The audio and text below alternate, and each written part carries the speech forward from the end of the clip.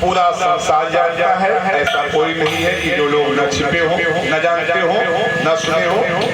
संक्षेप में चर्चा को श्रवण करें। अयोध्या के महाराज दशरथ की 3 रानियां कौशल्या, कैकेयी और सुमित्रा। जैसा कि पूर्व में हमने बताया कि महाराज कश्यप और अदिति यहाँ प्रकट हुई हैं कौशल्या और महाराज दशरथ के रूप में। देवता गण परेशान हो गए, बाढ़े बहुखल जोर जुआरा, धरती पर त्राहि गई। गोस्वामी जी कहते हैं स्थिति इतनी नाजुक हो गई स्थिति,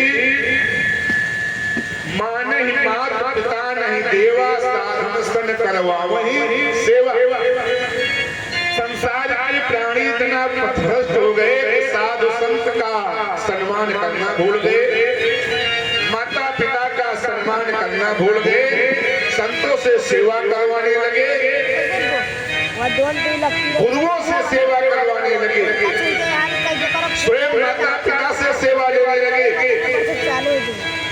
कोई लज्जा नहीं, कोई शर्म नहीं, सब त्याग करके सारी व्यवस्थाओं को पथभ्रष्ट कर दिया।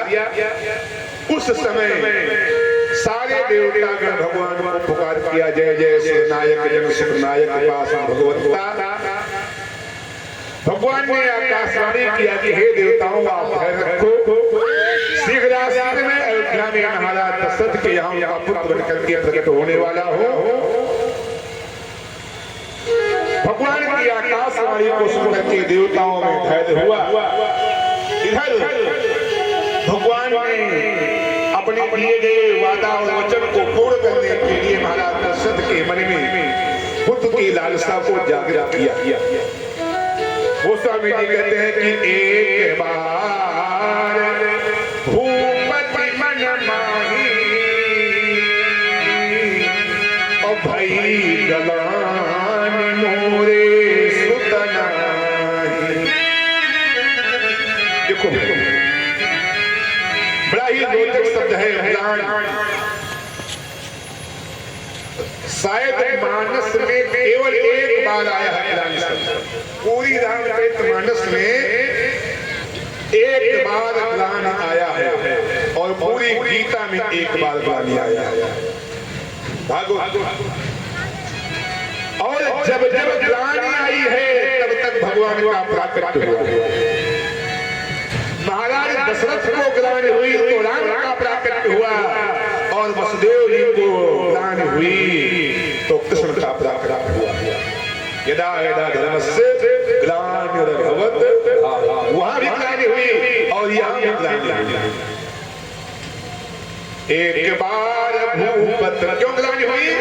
एक दिन महाराज दशरथ अपने पूर्वजों की समाधि पर तर्पण पिंडदान श्राद्ध करने के लिए गए। अध्यात्म रामायण में चले एक सेकंड के लिए, वहां लिखा था इनका पिंडदान के द्वारा सभी पूर्वजों के चित्र बने हुए थे। महाराज दशरथ ने सोचा कि मेरे तो कोई पुत्र नहीं है, फिर मेरा पिंडदान कैसे होगा, तर्पण कैसे होगा, श्राद्ध कैसे होगा? तब ग्लानि हुई कि मेरा श्राद्ध क्यों?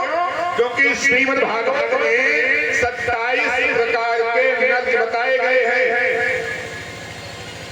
उन नर्क 6वें अध्याय में, 6वें स्कंद के 6वें अध्याय में भागवत में वर्णन आया है कि 27 प्रकार के नर्क हैं और इन नर्कों से 26 प्रकार के नरकों से उद्धार हो सकता है।